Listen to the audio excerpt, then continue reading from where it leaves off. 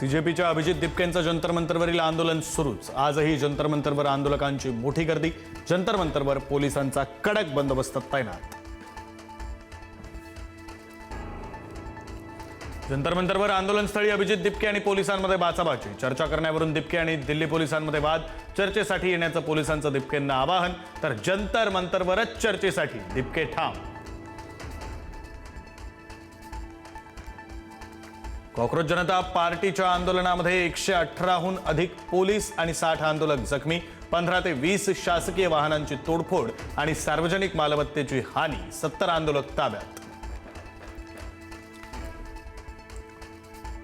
रितेश आणि जेनेलियाचा विद्यार्थ्यांच्या आंदोलनाला पाठिंबा। आम्ही आमच्या युवकांसोबत उभे, विद्यार्थ्यांचा आवाज ऐकला गेलाच पाहिजे। रितेश आणि जेनेलियाची प्रतिक्रिया।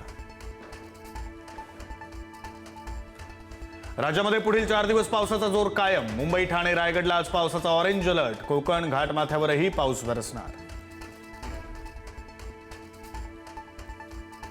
मुंबई लोकलमधील जीवघेण्या प्रवासाचा धक्कादायक व्हिडिओ। दिवा ते सीएसएमटी लोकलमध्ये महिलेचा दरवाजाला लटकून प्रवास केल्याचा व्हिडिओ व्हायरल।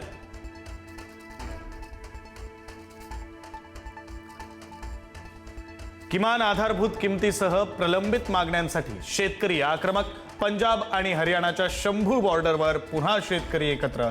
शंभू बॉर्डरवर कडक सुरक्षा व्यवस्था तैनात। अयोध्येतील राम मंदिर देणगी चोरी प्रकरणाचा तपास करण्यासाठी एसआयटी स्थापन करण्यास योगी सरकारची मंजुरी। वरिष्ठ पोलीस अधिकाऱ्याच्या अध्यक्षतेखाली नवीन एसआयटी स्थापन केली जाणार। जम्मू काश्मीरच्या पूंछमध्ये दरड कोसळून दुर्घटना। एकाच कुटुंबातील 7 जणांचा मृत्यू। अतिवृष्टीमुळे डोंगराचा कडा तात्पुरत्या बांधलेल्या घरांवर कोसळला।